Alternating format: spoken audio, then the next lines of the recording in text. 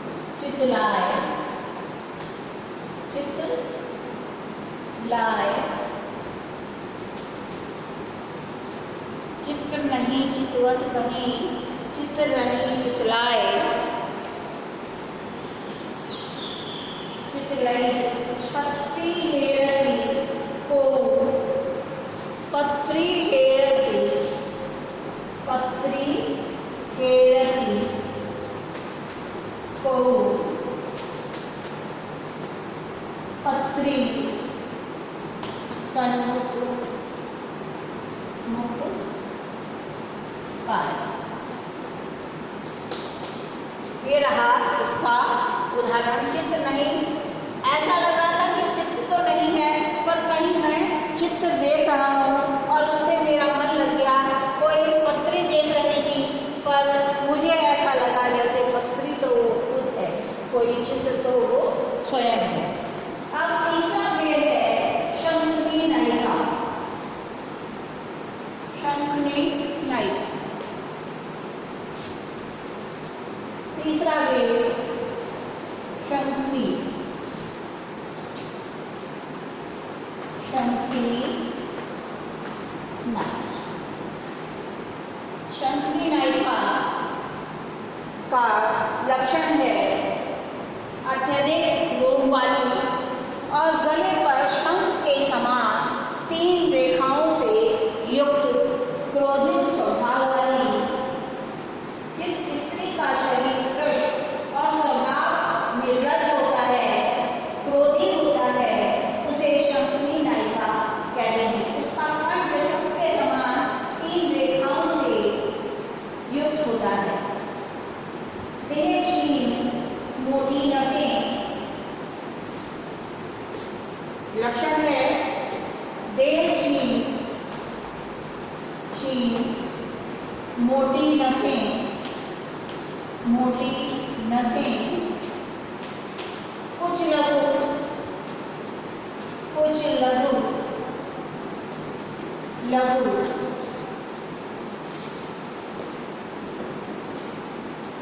कुछ लघु, नीलज निशंक, नीलज, नीलज निशंक, निशंक, कुछ लघु नीलज निशंक, कोपवती तक दंत रुचि, कोपवती, कोपवती, मती, नख, दंत रुचि, रुचि, शंखनी पीके अंग, शंखनी पीके, पीके अंग। ये शंखनी के सारे लक्षण आ गए, जिसकी देह जो है वो कृशकाय होती है, जिसकी नसें मोटी हैं और स्तन बहुत छोटे छोटे हैं, निर्लज है, निशंक है, अत्यंत क्रोधित स्वभाव वाली है, जिसकी नाखूनों से और दांतों से काटने की रुचि है, ऐसी शंखनी प्रिय के अंक में है। ये शंखनी का हो गया। और चौथा वेद है हस्तनी नायिका। हस्तनी नायिका जो स्त्री अत्यंत रोम वाली, क्रोधित स्वभाव वाली, उग्र स्वभाव वाली, स्थूल और हाथी के समान झूम झूम कर चलने वाली नायिका हम हस्तनी नायिका कह रहे हैं। फिर देख लीजिए, ये शंखनी का उदाहरण हो गया, उसके लक्षण हो गए। और अब हम चौथी नायिका जो है वो है हस्तनी, हस्तनी नायिका। हस्तनी नायिका अत्यंत क्रोधित स्वभाव वाली, अत्यंत रोम वाली और शरीर मझोला होता है तथा स्थूल और हाथी के समान झूम झूम कर चलने वाली नायिका को हस्तनी नायिका कहते हैं। आज यहाँ तक हमने पूरा कर दिया। अब हम अगले वीडियो में 10 नायिका भेद की चर्चा करेंगे। So thank you students.